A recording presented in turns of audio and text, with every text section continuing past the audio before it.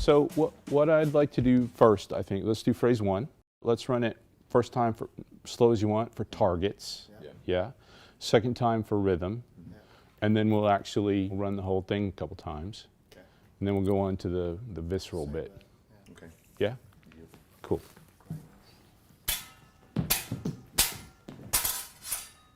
The first thing is obviously the script. And in this script in particular, Shakespeare has essentially written the fight beats for you. Good. Yeah, nice. That thrust, that last thrust of yours, might need to be just a tiny bit lower than we would normal.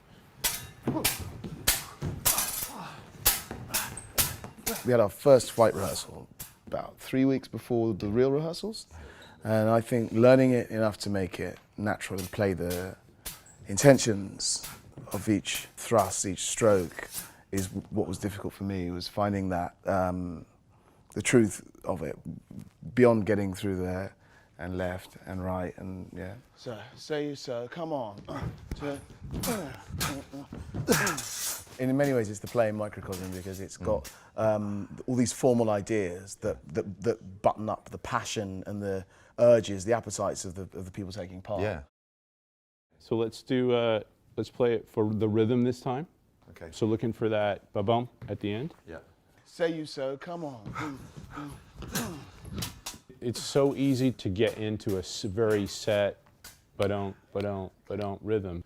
If I play a set rhythm, it says this isn't real, where as soon as I'm taking things off the beat, it has much more reality to it.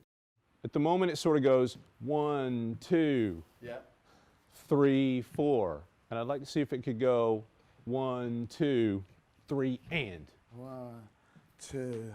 That's it. And now it goes bum, bum, bum. Yeah. So it's bum, bum, bum. Okay, so. The rhythms of fights, I think, are really, that's always a very interesting thing to play with. Just a slight change in tempo. You know, it could be as opposed to, or that's all. But as long as there is a to the end point, I like that. I like that side of it, the kind of, you know, the jazz drum roll that could be slightly different. It's like line endings when we speak. Yeah, you get like pushed to the end of the line, or the line doesn't make sense. Yeah. And you push to the end of the attack. Yeah. Or the attack doesn't make sense. It's really true. Up on me there. That's it. You knock me out of it. Yeah, that's it. It's brilliant when they are vocal about what they want or what they don't, because they're the ones that have to do it every night. You know, we talked about keeping it fresh, and one of the things is that when they've helped create it, and I've sort of given structure to their ideas, it's so much easier for them to play because it's their instinct rather than mine. On. Good. Yeah. That's better, isn't it? Nice. Yeah.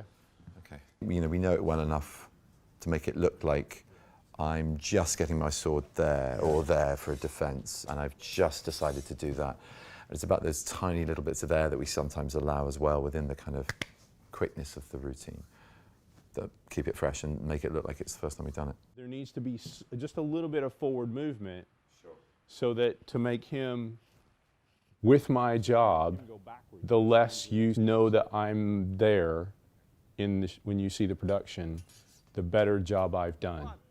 You know, if you see two characters who have a fight and you think those two guys are really fighting, I've done my job. And one of the great things about this show is that these two guys are just so phenomenal that it's been a real joy to work with them and to see where it's gotten to. Now we do it.